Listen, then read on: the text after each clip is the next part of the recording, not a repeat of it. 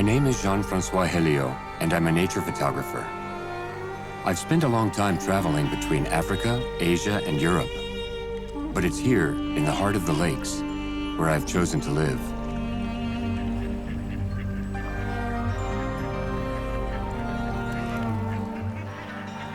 I came to the Brenne for the first time in the 70s. It drew me in straight away. The nature, the landscapes, the birds, all this animal life. It's truly a paradise. Wild, beautiful, and little known.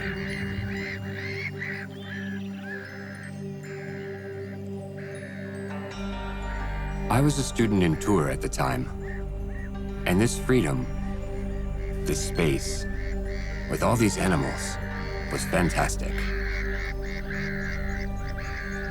I moved here for good in 1980.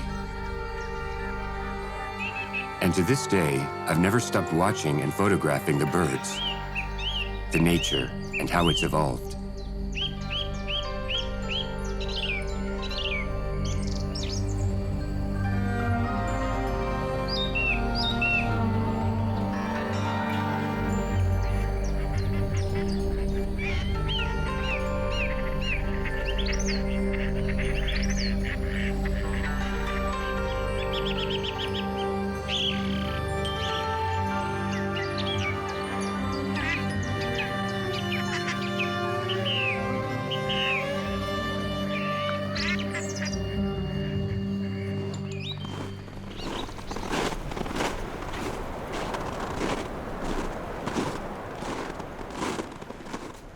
My first visits to the Brenne were during winter.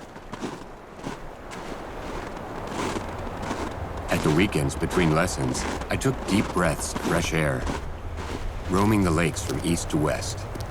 I watched flocks of ducks, looking for rare species from the far north, hidden among mallards, pochards, and coots. I spent entire days counting the birds, species by species. My eyes glued to binoculars, my hands frozen. But whenever a harrier caused a stir, I had to start again from scratch.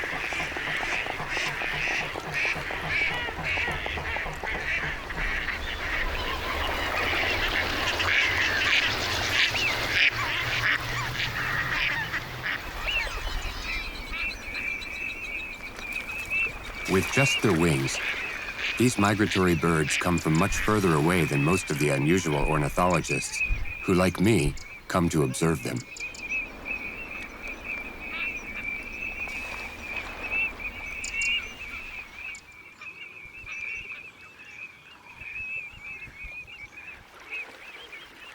At the Mer Rouge and the Gabrière, the region's big lakes, I counted flocks of several thousand ducks from a dozen different species.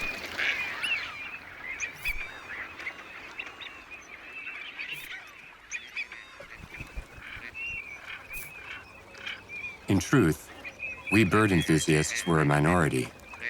With each count, I felt like I was making scientific progress. I was a discoverer, an explorer of puddles, of course. But it was important, because nobody had calculated just how rich the region was in waterfowl.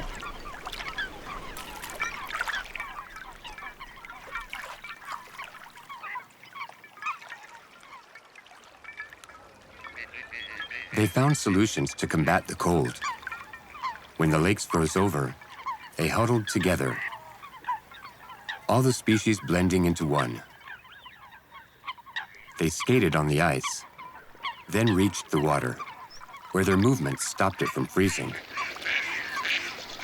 The more of them there were, the more they were able to maintain what's known here as a boiler, an area of open water where ice doesn't form.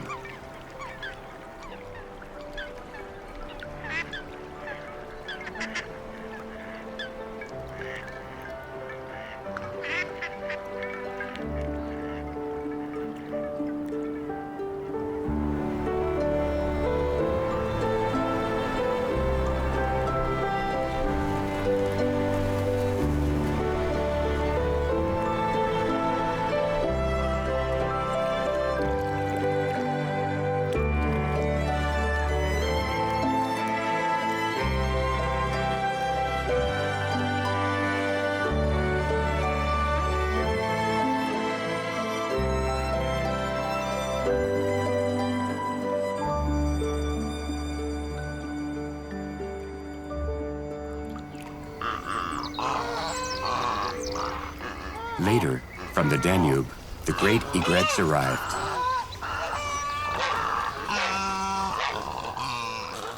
They clearly liked the Brenne. I adopted them straight away, charmed by their elegance, despite their croaky fishmonger voices.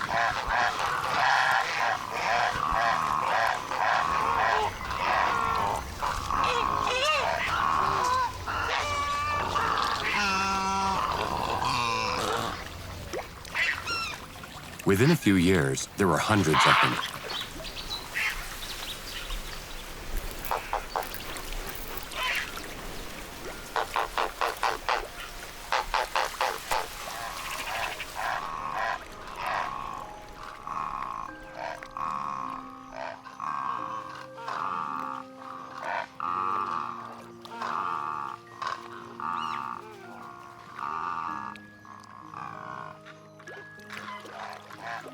In early winter, they joined the sieges of gray herons and the occasional bittern, then set off again in the spring to their native home in the east.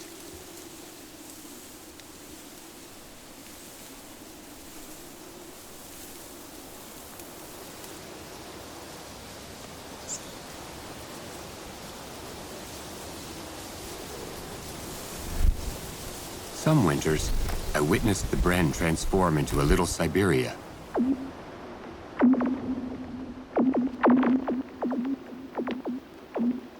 I was cold, but for the animals stuck here, it turned into a living hell in a few hours.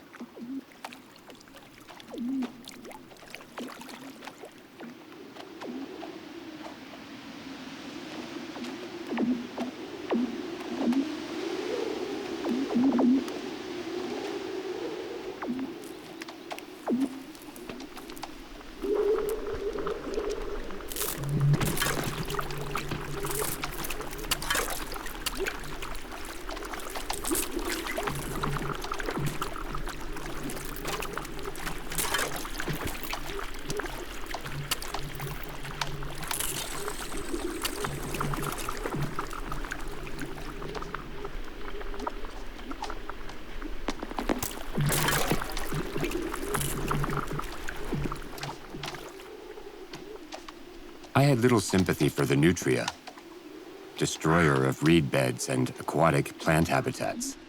This invader from South America couldn't bear the extreme cold, but the kingfisher became my mascot. He was also desperately trying to survive the winter.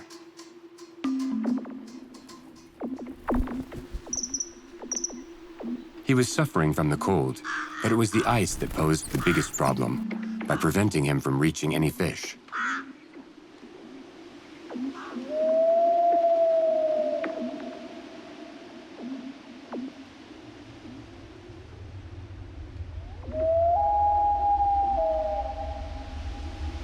One of my most vivid memories of those winters is the haunting cry of the great northern diver.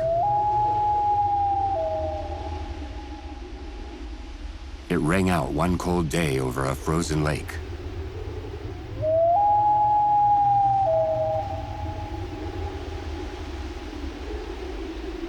For me, it was a mythical bird, an elusive vestige of the Great North, of Scandinavia, of Iceland, which had mysteriously landed in the heart of Berry, in the middle of mild France. I was fascinated.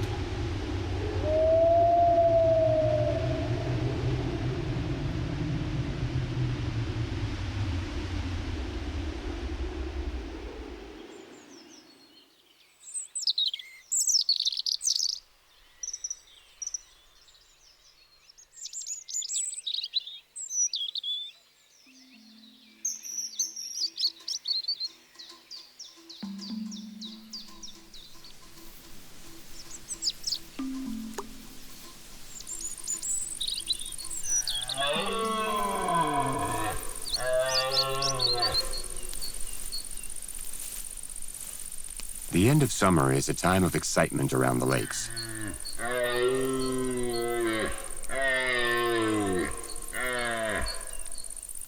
I find a spot at the foot of an oak tree, and I wait.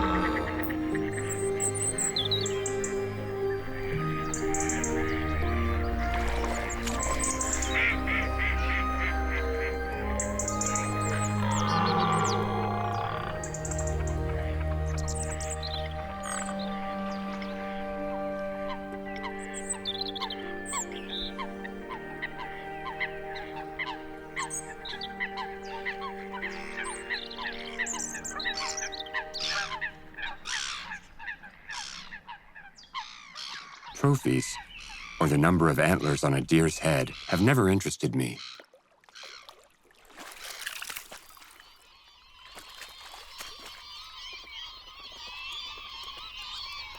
What interests me is life. These small, natural moments with other animals. Seeing the does and the stags play and run.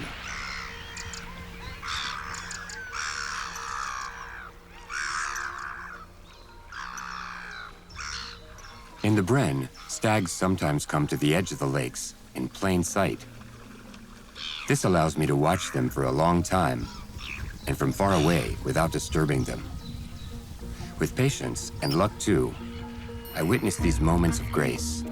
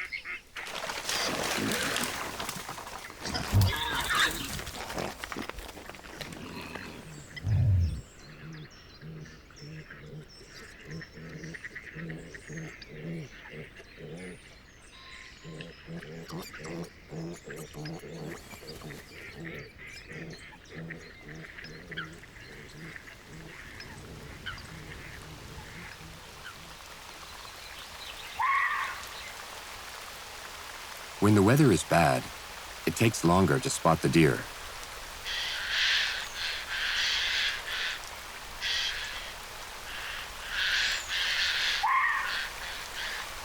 Like them, I sometimes get drenched. But I'm with them, peaceful, timeless. I feel like I'm one with nature.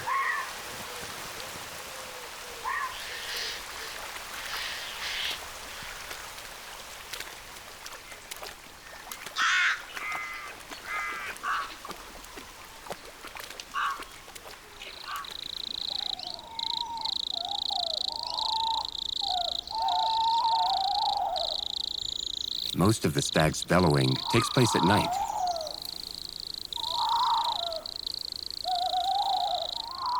I would like for this to be a world unknown to humans, and for animals to live their lives undisturbed.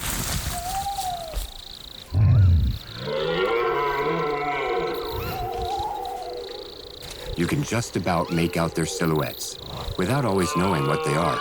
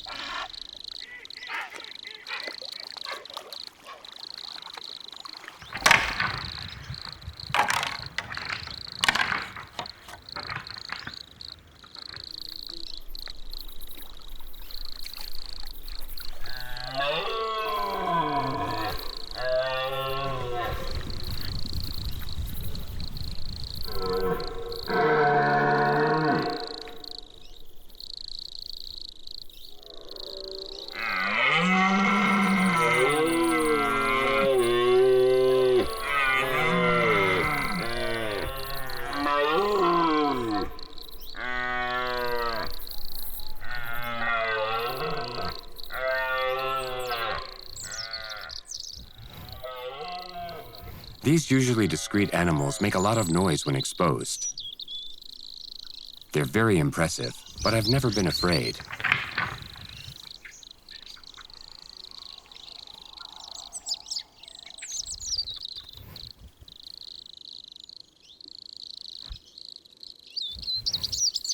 looking like big shots, with their antlers down and their eyes rolling back. The stags try to round up their herds of does.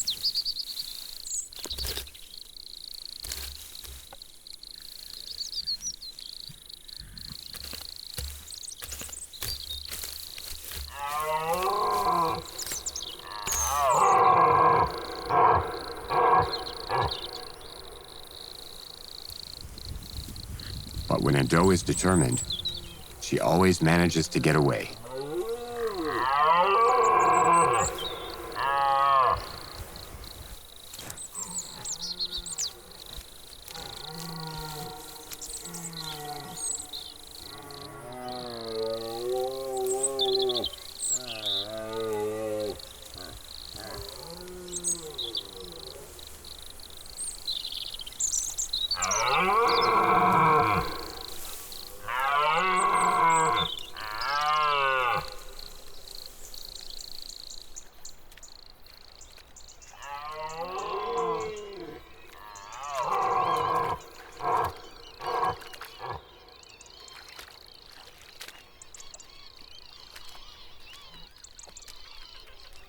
This bellow is the loud voice of wild nature.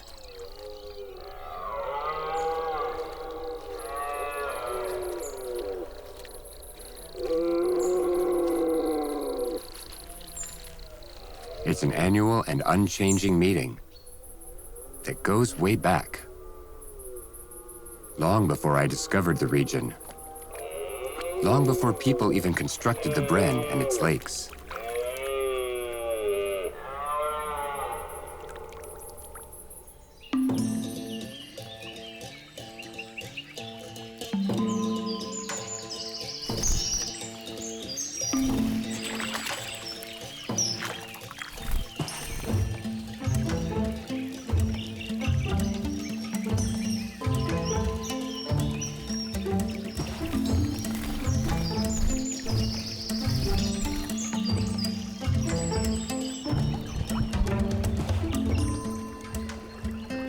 Every year in the spring, the Kingfisher settles on a small stream behind a lake.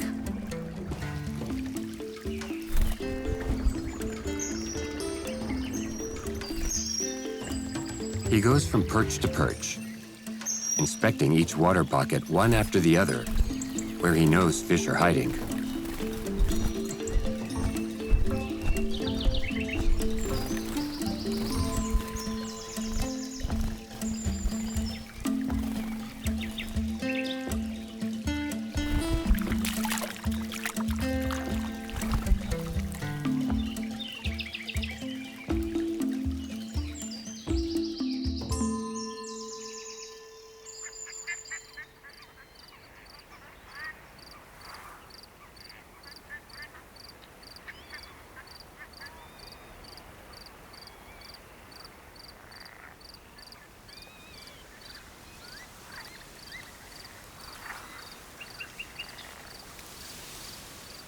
One of my favorite topics is the European pond turtle, this small freshwater turtle. Nowhere else has so many of them.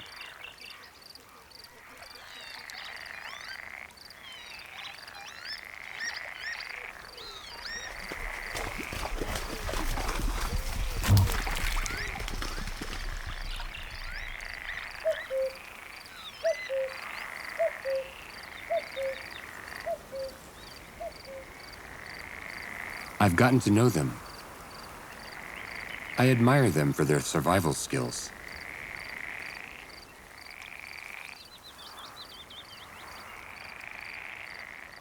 They can live for almost a century.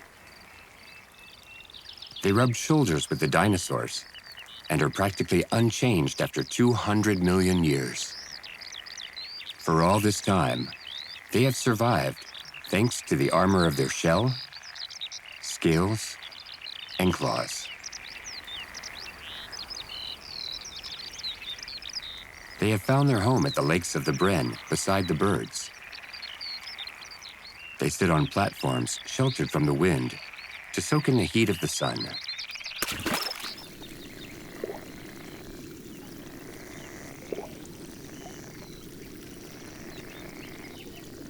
They spend most of their lives underwater. They can stay down there for 20 minutes without breathing. They feed on mollusks and dead fish.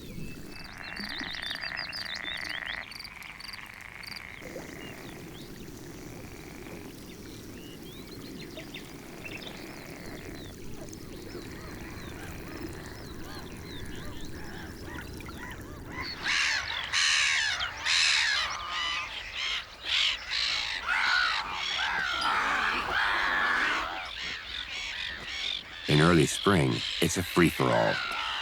Fights break out everywhere to grab a small branch or to seize a good position. The stakes are high. This is about finding the best spot to build the sturdiest nest possible.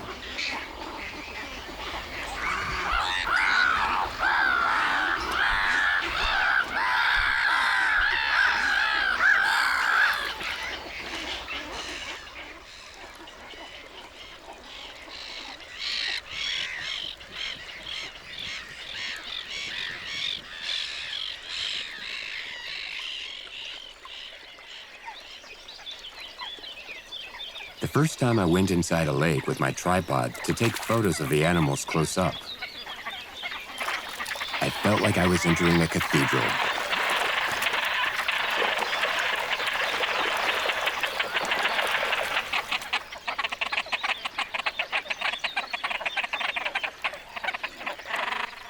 Very quickly, I became attached to its inhabitants. The birds were no longer just their species. They became individuals who I got to know, one by one.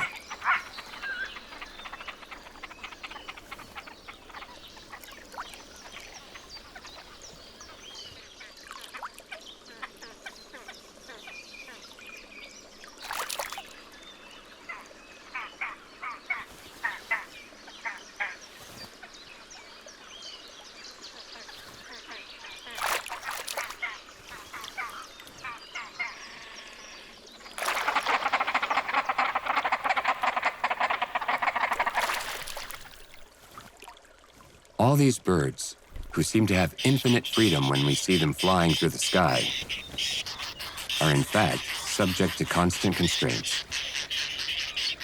They only have a month or two to reproduce. Their time is running out.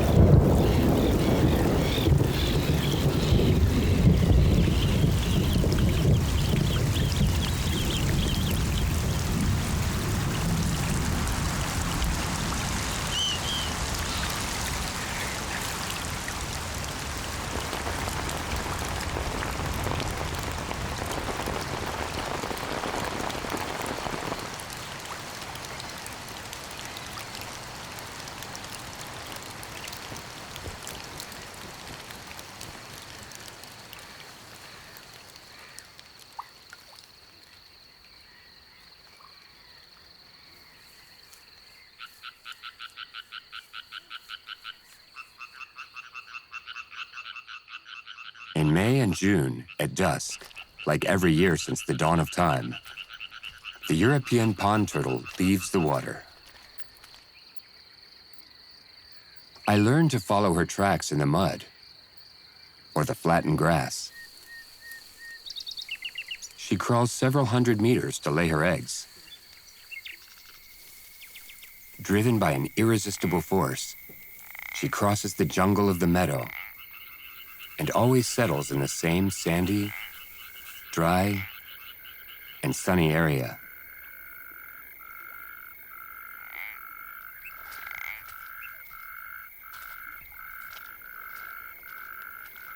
It's one of my favorite moments. I'm lying down next to the nest, alone with her at night. And I have the privilege of witnessing an event that's simultaneously intimate and universal: the renewal of life.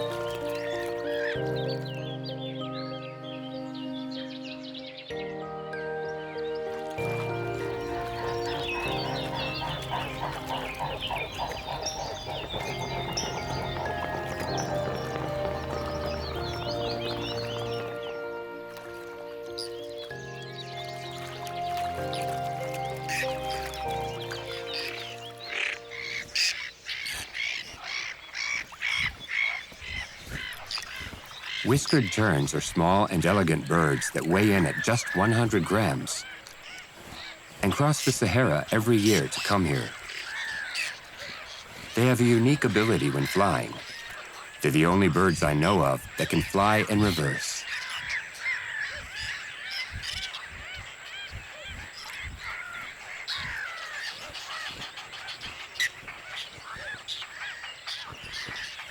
Beneath their delicate and disproportionate wings lies an athletic strength.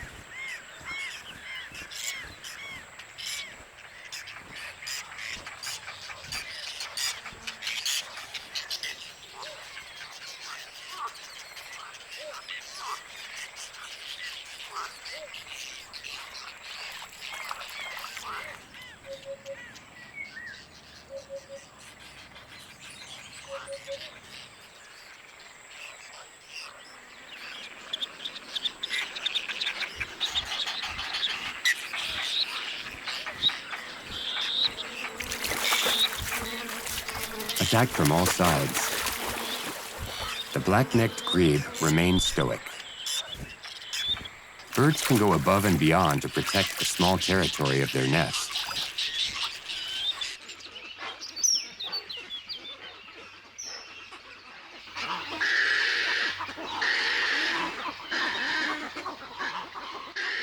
I have always tried to avoid anthropomorphism, which is frowned upon by scientists.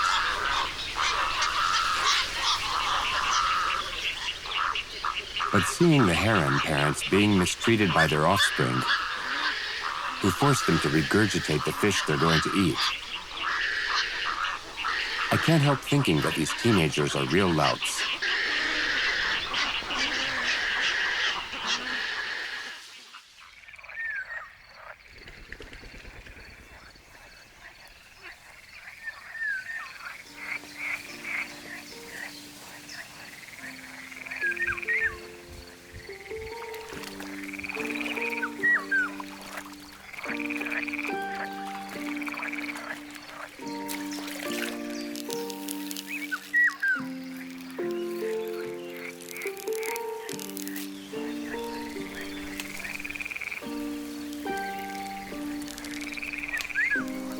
I've always been more interested in birds, but the lake's biodiversity is so rich that one lifetime isn't enough to discover all its variety.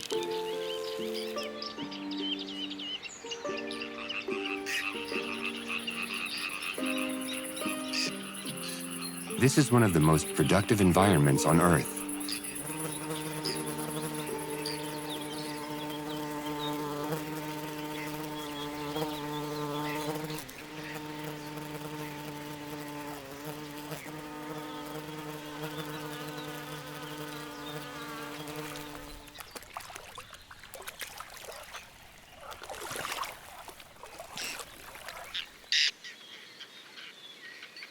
The birth of the chicks is the highlight of springtime at the lakes.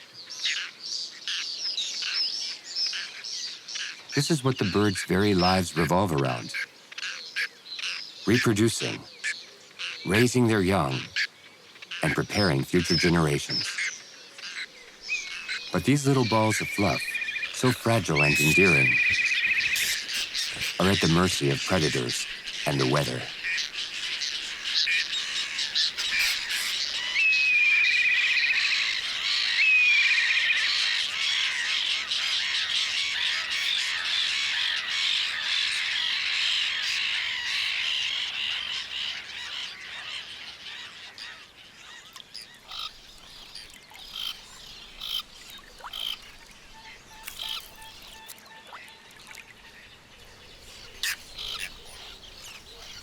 These Mother Courage's devotion is impressive. From dusk to dawn, they tirelessly stuff insects, fish, and frogs down bottomless throats with exhausting vitality.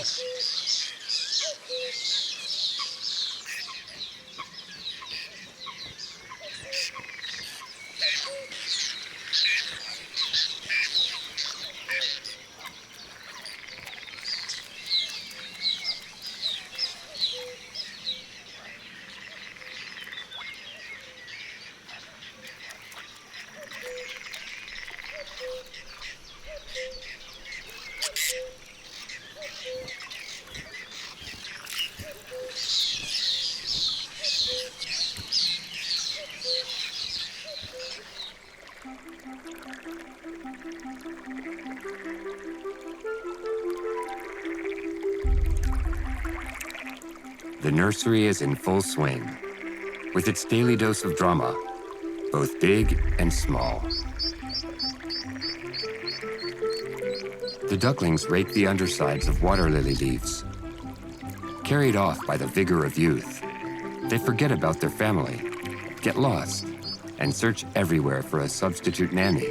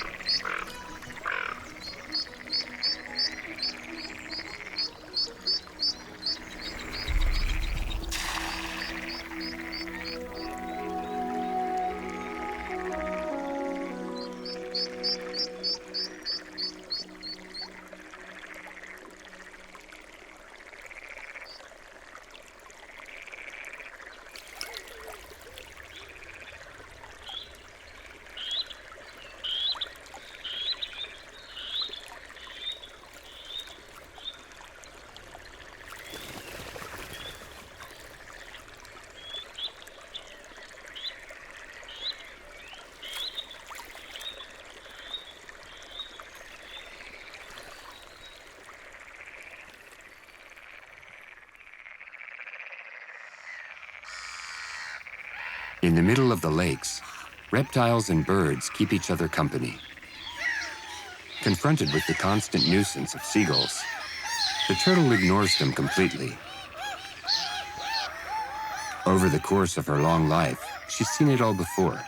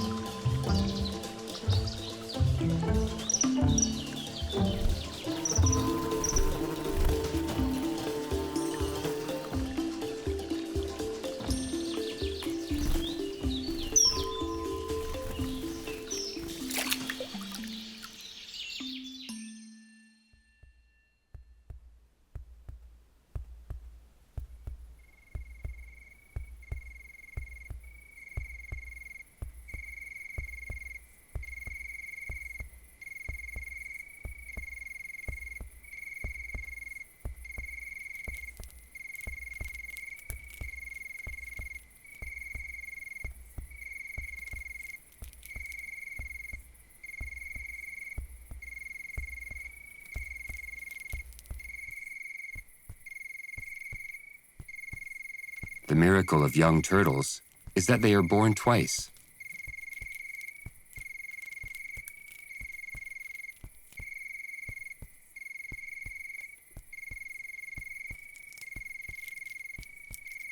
The first time is when they hatch from the egg, underground, in their nest, after several days fighting to break the shell.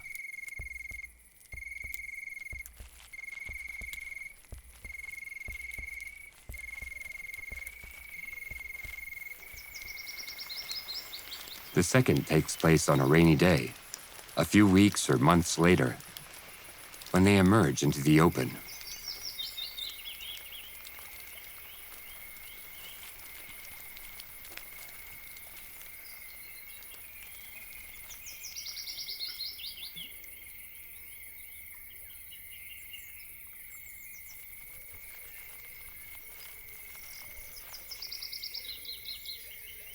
For a long time, I thought turtles were indestructible.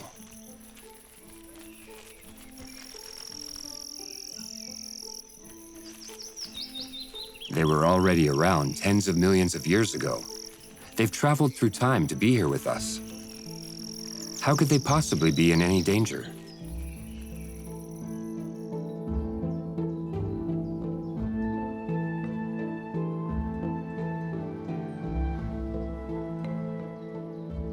For a long time, I believed that since the Brenne was away from it all, we were safe from attacks on the natural world. I believed because there was no motorway, no town, few tractors, few inhabitants, that the birds, the insects, and especially the turtles, would live forever. I believed because nature was so much more present in the Brenne than elsewhere, that it would be taken care of more than elsewhere.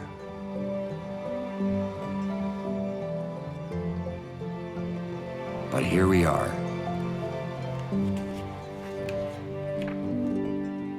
I took photos of this lake for a book 20 years ago. It was covered in vegetation, like most of the lakes when I arrived in the Brenne.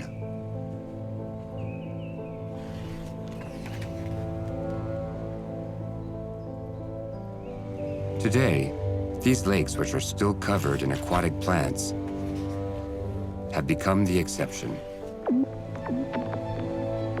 The others are reflecting pools, full of fish, but with no vegetation, no insects, no amphibians, and no birds. I was in the front row, but I didn't see it coming, and I couldn't do anything. The lakes are in trouble. They have been put on artificial respiration with ventilators. I feel like nature is suffering in silence. What I loved about the Brenne, the relationship between man and nature that had taken centuries to achieve a balance, is now being torn apart. It's like a nightmare. These local problems are being compounded by global climate change. The effects are already being felt in the Brenne, too. Lakes are completely evaporating, and fires are breaking out.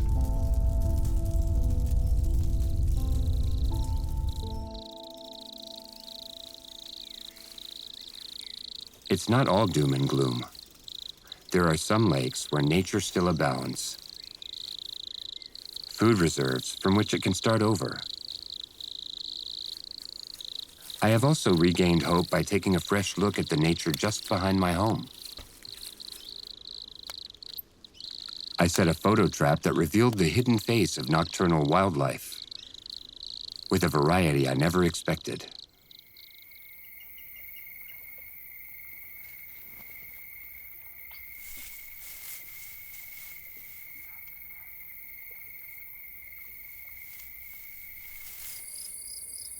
In a few months, I've seen a parade of species. Martens, badgers, stone martens, wildcats, otters. I was able to discover their habits. By marking his territory, this marten communicates with other bridge users.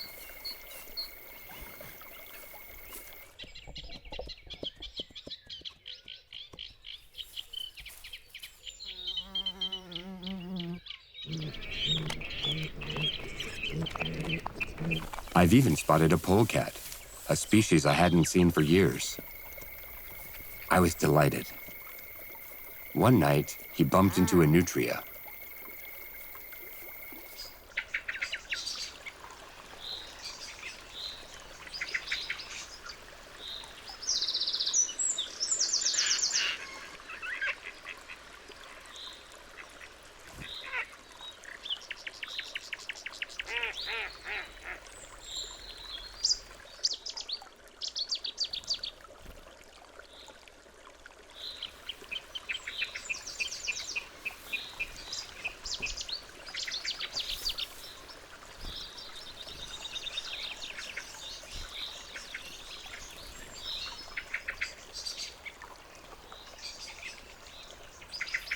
While some use the bridge, over the following days, there are other diehards who refuse.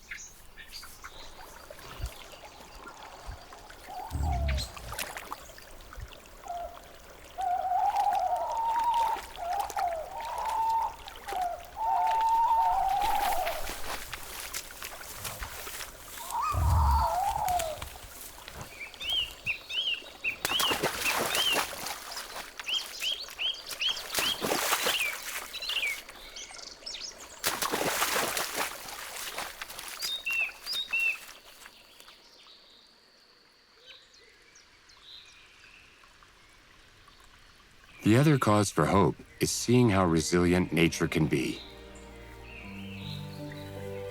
I'm surprised by its capacity to be reborn when we stop attacking it. And among the best examples in the Brenne are cranes. I've spent hundreds of hours watching them.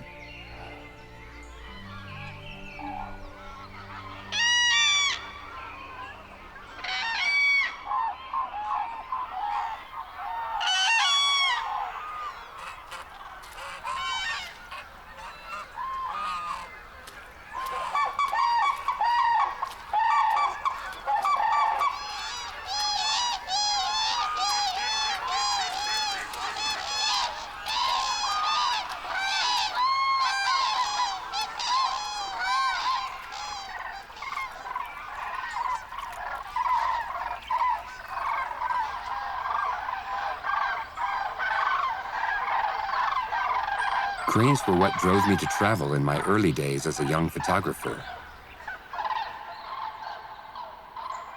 They were flying through the sky, and I dreamed of going after them, of following in their footsteps, to Spain in the autumn, and to Scandinavia in the spring.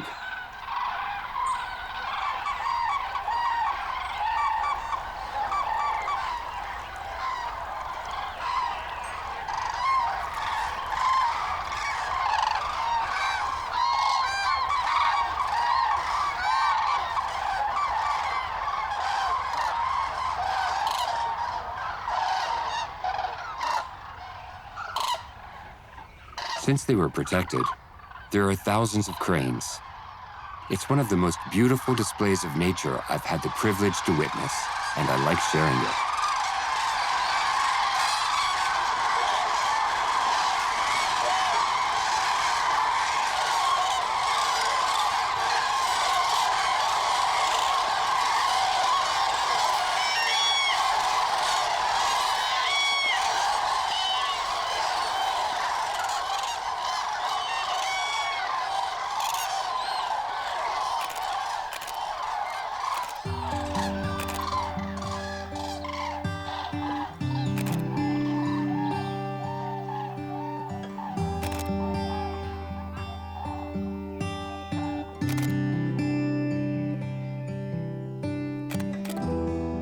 My eager discovery of the Brenne began almost 50 years ago. Today, I can see it faltering. I'm watching its nature wither away.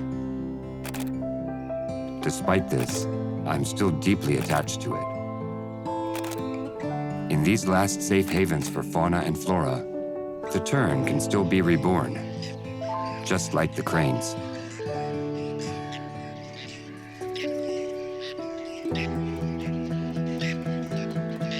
But a word of caution. Like nature, it's fragile.